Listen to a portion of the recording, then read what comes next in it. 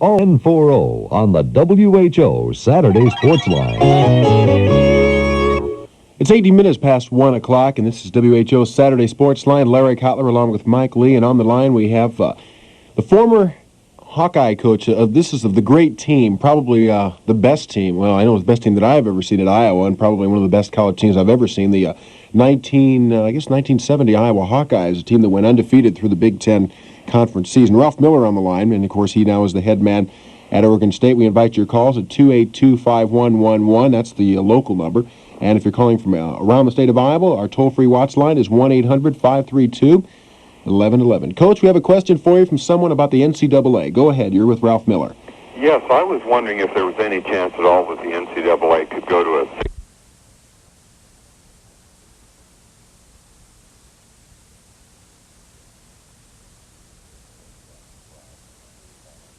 their guess is right. But I think there has been enough confusion and problems caused in the last two seasons with the 32-team or with the 48-team bracket. Now, it's just sort of basic that if you're going to have a tournament, and one as important as the NC2A happens to be to people, then really you should either have a 32 or 64 or drop it down to 16 and 8 so that you have everyone starting at the same time.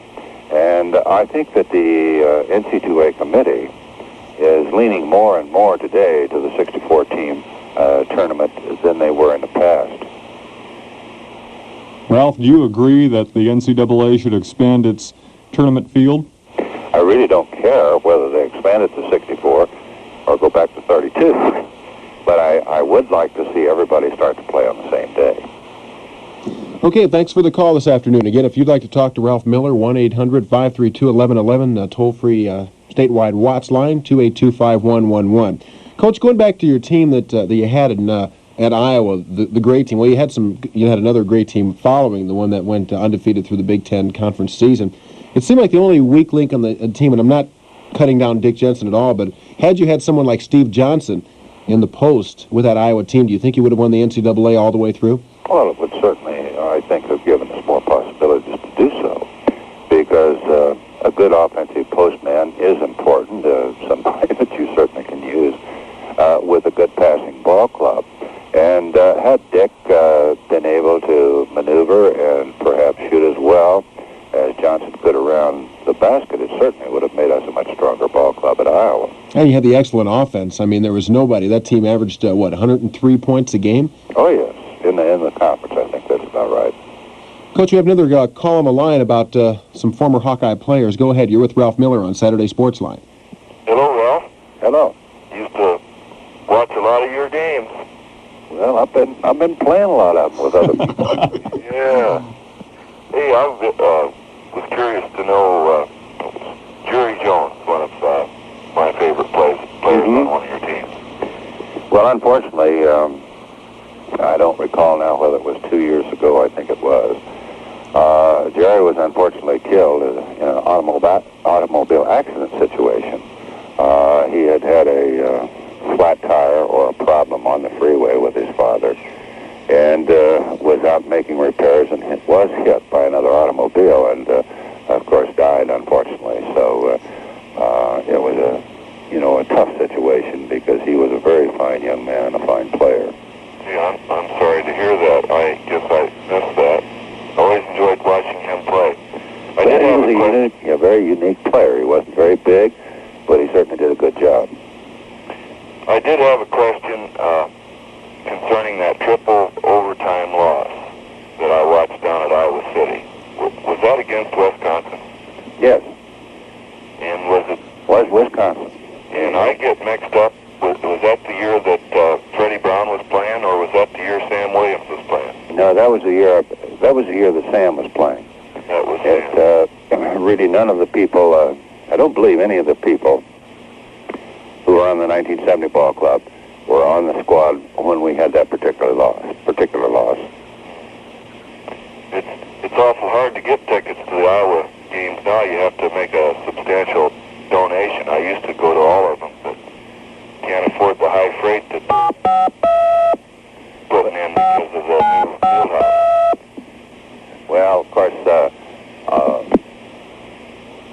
change, and of course, all athletic departments now throughout the country are having more difficulty with financing their programs, because a few years ago the women's program came into being, and that just doubled the load of financing for an athletic department.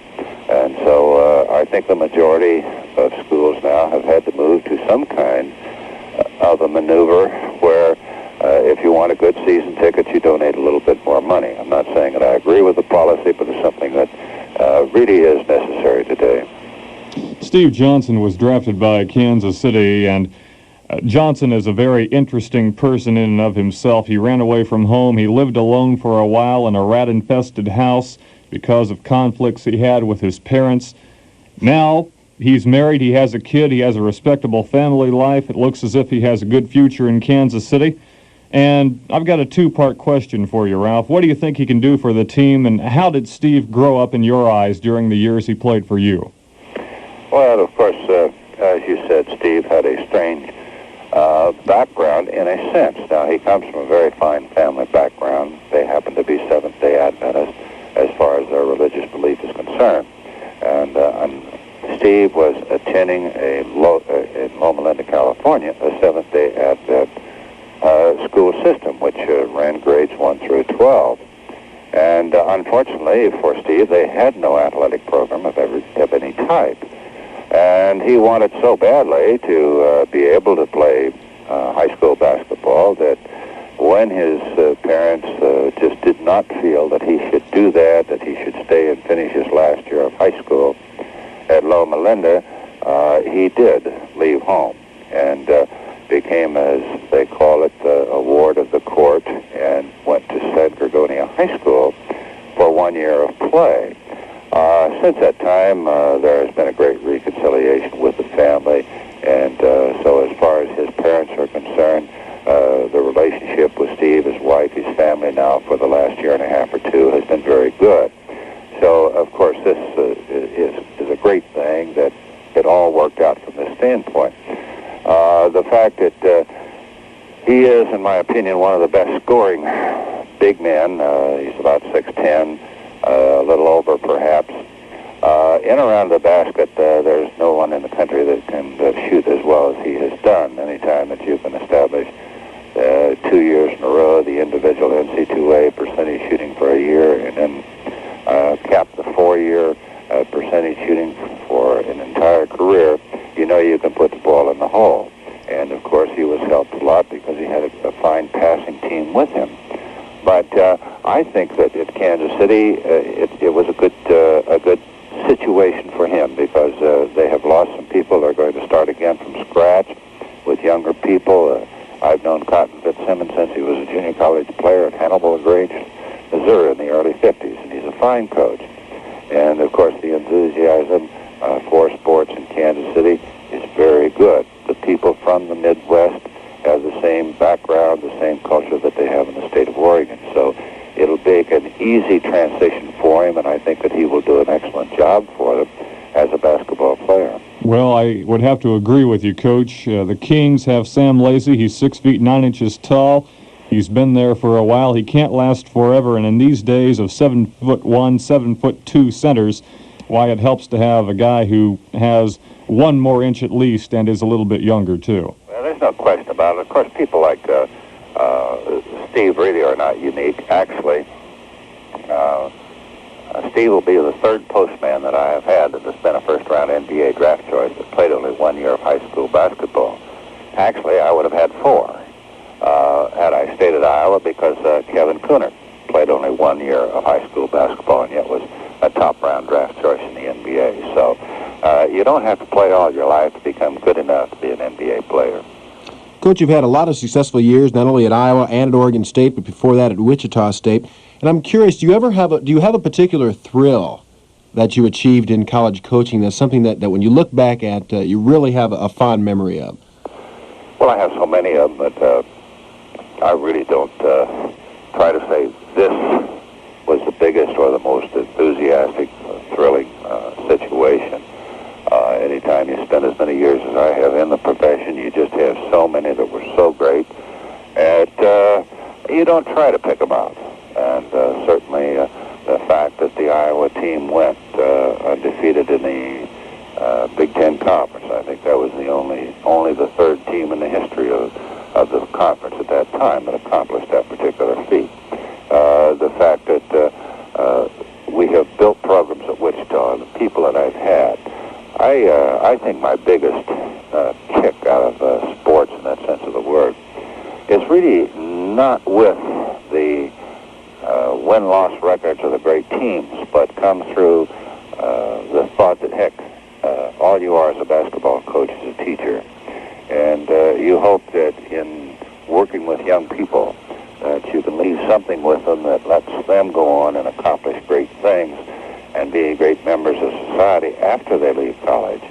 And I've had my share of people that have done very, very well, not just in professional basketball, but the medical profession and all other types of ways of contributing to society.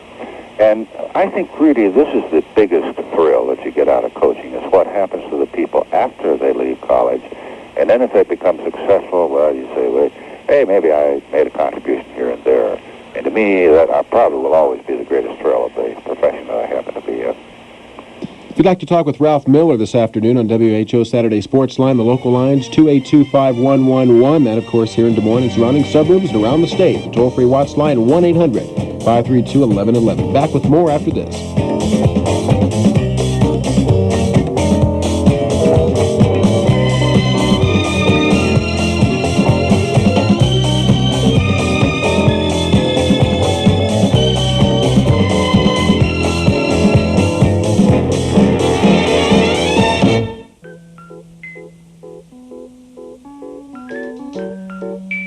We can't have a picnic without the cooler. I brought the cooler. I mean the one with the shrimp and the wine. That's your cooler. I saw you put it in the trunk. That's my cooler. Well, how was I to know you keep your camera in a cooler? Doesn't everyone? Oh, my God. Brown Photo knows your camera is a big investment, and we show you how to take care of it. In really hot weather, a styrofoam cooler, without the ice, of course, will keep your camera and film from becoming overheated. All right, what's for lunch? How about a fisheye lens? Oh, will you get serious? The people at Brown can give you ideas you won't find anywhere else. They're professionals. I'm hungry. Well, then smile and say cheese. Not funny. Brown Photo is more than a camera store. It's a good place to learn photography. Brown Photo, we're here to help. It's 1:30 on WHO Saturday Sports Line. The calls are starting to roll in for Ralph Miller, former Iowa Hawkeye basketball coach, now the coach at Oregon State. 282-5111, the local line. 1-800-532-1111, the toll-free Watts line for the state. In our adjacent studio, Dave Braga has a look at Iowa sports. Thank you, Mike. Well, the Iowa Oaks beat Denver 5-4 on a run in the bottom of the ninth inning in their American Association game last night here in Des Moines. With two out, Oaks left fielder Brian Rosinski cracked a single to score Scott Thompson from second base. Iowa clobbered Denver for 15 hits, and Denver collected 9 in a game that included 3 homers. The matchup opened a 4-game series for the teams. Well, Drake's lost its final chance for a title at the AIAW Division II tennis tournament in Charleston, South Carolina. Its doubles team of Kathy and Patty Jablonski lost yesterday to a Cal State Northfield team 3-6, 7-6, 7-6. The loss sends the Jablonski twins into the consolation bracket. Mary Fischel, a standout volleyball player at Purdue University the past 3 years, has been named women's volleyball coach at Iowa State University in Ames. Fischel replaces Sharon Hitzman, who resigned in April after 3 years as coach. Bobby Randall, former infielder for the Minnesota Twins, has been hired as assistant baseball coach at Iowa State University. Randall, an all-Big 8 shortstop at Kansas State, will join Cyclone head baseball coach Larry Corrigan beginning next fall. Well, Monday is the deadline for ordering University of Iowa season football tickets on a priority basis. Ticket manager Gene Kupka says orders from past season ticket holders and contributors will not be given priority status if they are postmarked later than June 15th. And the Waterloo Indians battered Wausau for 12 hits on the way to an 11-1 victory over the Northern Division leaders in a Midwest League game last night. In other Midwest action, Clinton split a doubleheader with the Quad Cities, winning the opener 3-2 and dropping the nightcap 4-2. Wisconsin Rapids beat Appleton 4-2, and Burlington edged Cedar Rapids 4-3. This afternoon at 1:45, we'll be talking with University of Iowa's assistant basketball coach Scott Thompson and players Steve Krasson and Steve Wade about their drafts to the NBA. That'll be here on our live line on WHO's Saturday Sports Line. It's 1:32. WHO AccuWeather. AccuWeather for the state of Iowa. Thank you, Michael, for the point. Okay, sunny to partly cloudy, rather windy and very warm this afternoon. Thunderstorms may end the day in some spots. Highs today 82 in the north to 92 in the south. Intervals of cloudiness tonight and tomorrow with a couple of thunderstorms. A few spots will experience some heavy downpours and strong gusty winds. Lows tonight 62 northwest to 72 southeast, and the highs tomorrow 78 northwest to 90 southeast. Accu Des Moines calls for mostly sunny, windy, hot this afternoon, a high near 90 degrees. A thunderstorm may affect one or two spots by late this afternoon. Variable cloudiness tonight and tomorrow with a couple of thunderstorms, and any thunderstorm could contain hard downpours and strong gusty winds. The low tonight about 65 degrees. The high tomorrow 85, and on Monday some sunshine with a chance of showers. The high about 82. Now in Des Moines, we have 88 degrees, partly sunny skies, winds coming from the south at 25 miles per hour, gusting to 33, relative humidity 52%, and the pressure is falling at 29.67.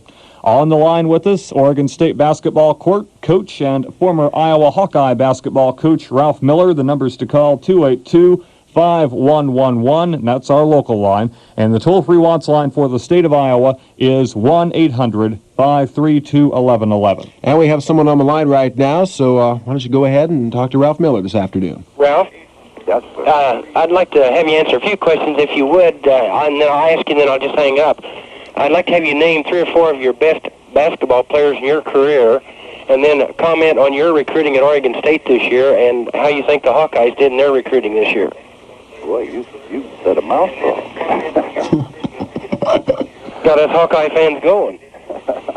Well, I think that when you talk about the outstanding players that you've had in the past, it's more or less you put it in the position.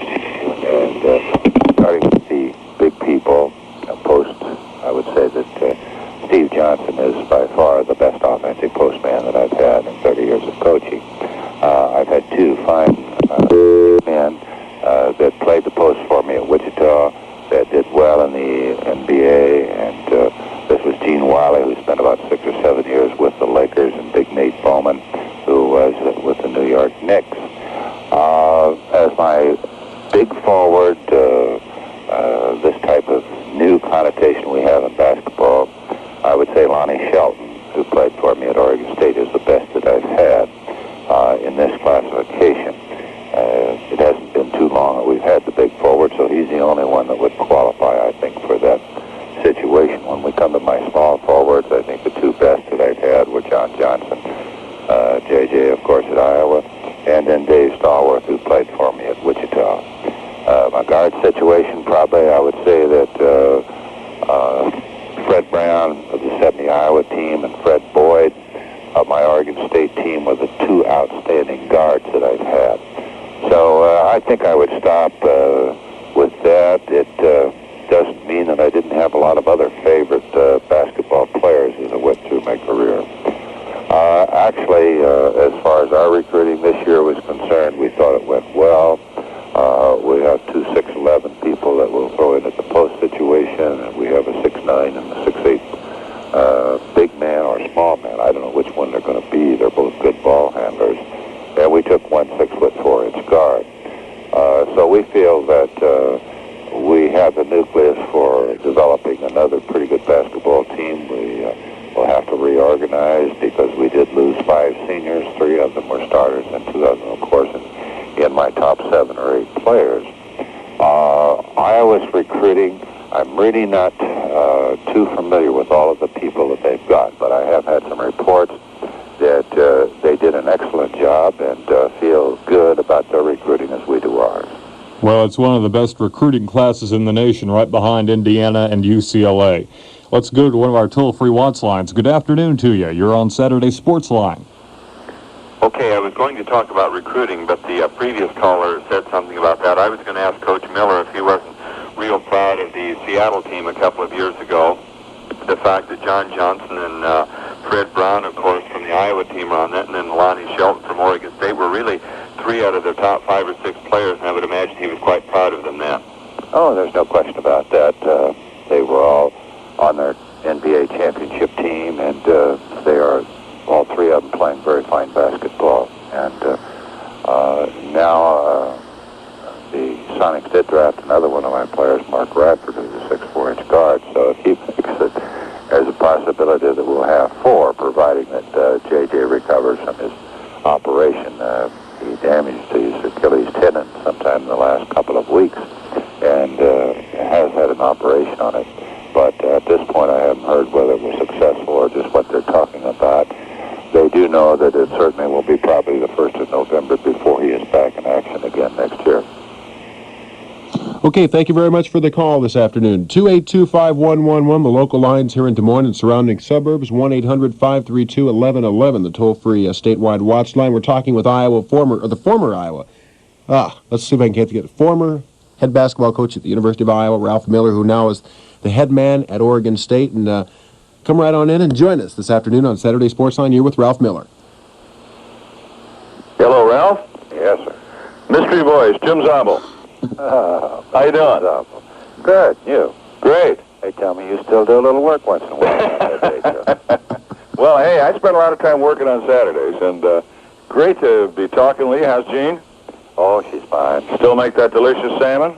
Yeah, she has the salmon and all kinds of birds. Okay. Northwest now. You know, I really thought about you, Ralph, when I was down doing Iowa playing Wichita, down at the old Roundhouse. And I sat right next to Tom Dillon, who was broadcasting for ASU. And when I was finished, and Iowa, of course, lost in the closing seconds after leading by 15 in the NCAA regional, I leaned over to Tom and I said, well, better luck with your outfit. Well, of course, ASU got down by 15 or 20 right off the bat. And after the game, he said, you know, we played our game against Oregon State in the championship game, or the last game of the season, at Corvallis. We beat them, and he said we haven't been the same since. And they must have played a heck of a ball game against you guys that day. Oh, they did. Of course, everything psychologically was set for them. We had already locked up the championship for the 2nd year in a row. So they were definitely in 2nd position, and win or loss didn't change that. So to say the least, they came in free and easy, and they certainly played an outstanding basketball game against us. And they beat us fair and square. I thought when Iowa played them in the Fiesta Classic down there and got beat, pretty even ball game most of the way, I said, this has got to be one of the truly great teams in the nation. Then they just demolished Kansas State down there, and then you guys came in and beat them in the first conference game. And I thought, of course, deservedly, you were number 1 in the nation, that you had one heck of a ball club. Well, we did. We had a good ball club. It was, I call it the team, as I've already said over the air. It was very much like the 1970 Iowa team. They were outstanding passers. They were all good percentage shooters, and they played a pretty good job on the defensive end of the court. So, all in all, I think we had probably one of the more solid teams in the country, and we were just disappointed, of course, that we didn't go farther, but that's the way the pickle squirts. Ralph, don't you feel, though, maybe you do or don't feel, with the tremendous pressure through the season, and there always has been, but it seems to me more than ever because there's more good teams, it's just hard to keep a team peaking forever and then getting into the NCAA. Now, Arizona State, the team that I saw play Kansas that day at Wichita, was not the same Arizona State team that I saw against you guys on television or against Iowa in December. Well, I think that's true, and of course I think there's still a lot of the psychological type of thing that enters into the tournaments, because we were, I thought, ready to play against Kansas State, for example, and we did play well enough to win. But we somehow along the line lost 5 field goals that we made that we were not allowed to have, and 2 of those situations were offensive type of calls that were 4-point turnarounds after we were sitting on top of about an 11-point lead. Well, you would never say, of course, that your team played as well as they have in the past, or perhaps could. But anything can happen in tournaments. If you're down just a little bit, the other team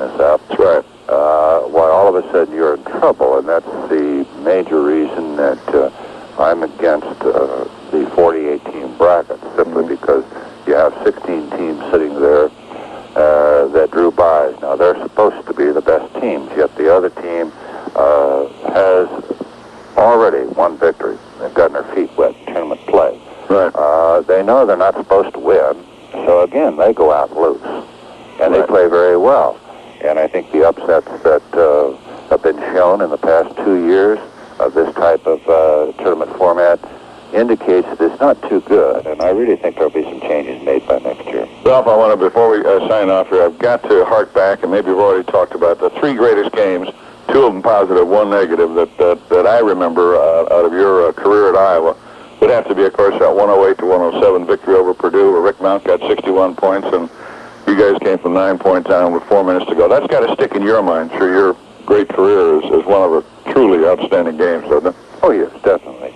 It ranks right at the very top. It was a good comeback, and of course it was very important in our winning the championship that year.